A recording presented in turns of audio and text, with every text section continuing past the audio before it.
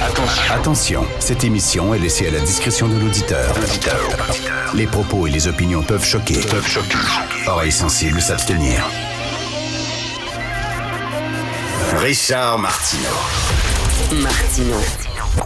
Un animateur pas comme les autres.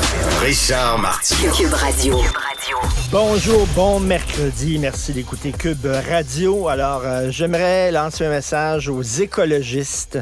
Vous êtes des racistes colonialistes. Effectivement, vous êtes des racistes colonialistes. L'écologie, c'est une science de blanc. Alors, vous le savez que la COP 28, on a dit qu'il fallait sortir des énergies fossiles, il fallait se rendre de plus en plus indépendant du pétrole. Et là, l'Arabie saoudite, le Koweït et l'Iran qui sont en beau calvaire parce qu'eux autres, ça fait partie de leur identité, de leur culture et surtout de leur richesse. Si c'était pas du pétrole, ces gens-là seraient dans le sable jusqu'au cou avec des chameaux autour d'eux autres. Alors là, il y a le ministre koweïtien du pétrole, M. Saad El-Barak, qui a dénoncé hier une attaque agressive de la part des Occidentaux. Alors, selon lui, ce sont les pays occidentaux qui disent aux pays africains de se sortir du pétrole, et c'est une attaque agressive occidentaliste, colonialiste. Alors voilà, les écologistes sont des colonialistes, et si vous étiez pour le vivre ensemble et pour l'ouverture, ben vous arrêteriez de dire qu'il faut se sortir du pétrole parce que ça va appauvrir ces pauvres pays-là. C'est juste s'ils l'ont pas dit là, hier. C'est juste s'ils n'ont pas dit que l'écologie était une science raciste et colonialiste. Voilà.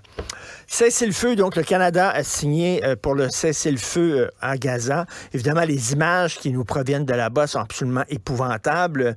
Autant il faut dénoncer ce qui s'est passé en Israël, l'attaque du Hamas, autant il faut bien sûr pleurer les morts qu'il y a à Gaza.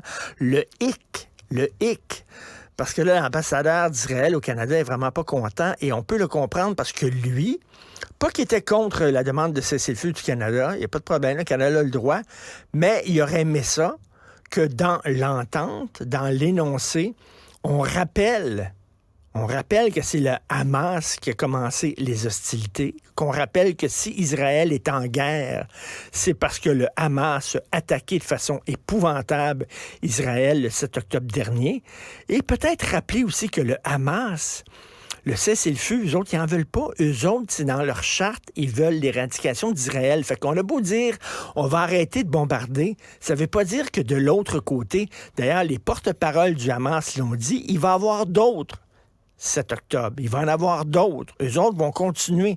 Donc, ils vont profiter du cessez-le-feu pour se réarmer, pour planifier d'autres attaques, ils l'ont dit. Alors, est-ce que ce n'est pas dans les droits d'Israël de se défendre? Et ça aurait été bien aussi que dans l'énoncé, on demande, il y aurait un cessez-le-feu lorsque tous les otages seront libérés. Parce que là, c'est pas comme des prisonniers de guerre, là. Israël, ils ont dans leur geôle, dans leur prison, des Palestiniens qui ont commis des actes terroristes. Tandis que de l'autre côté, ce sont de simples citoyens, des enfants, des femmes, des vieillards, des gens qui ont strictement rien fait, qui ont été pris par otage. C'est pas la même chose.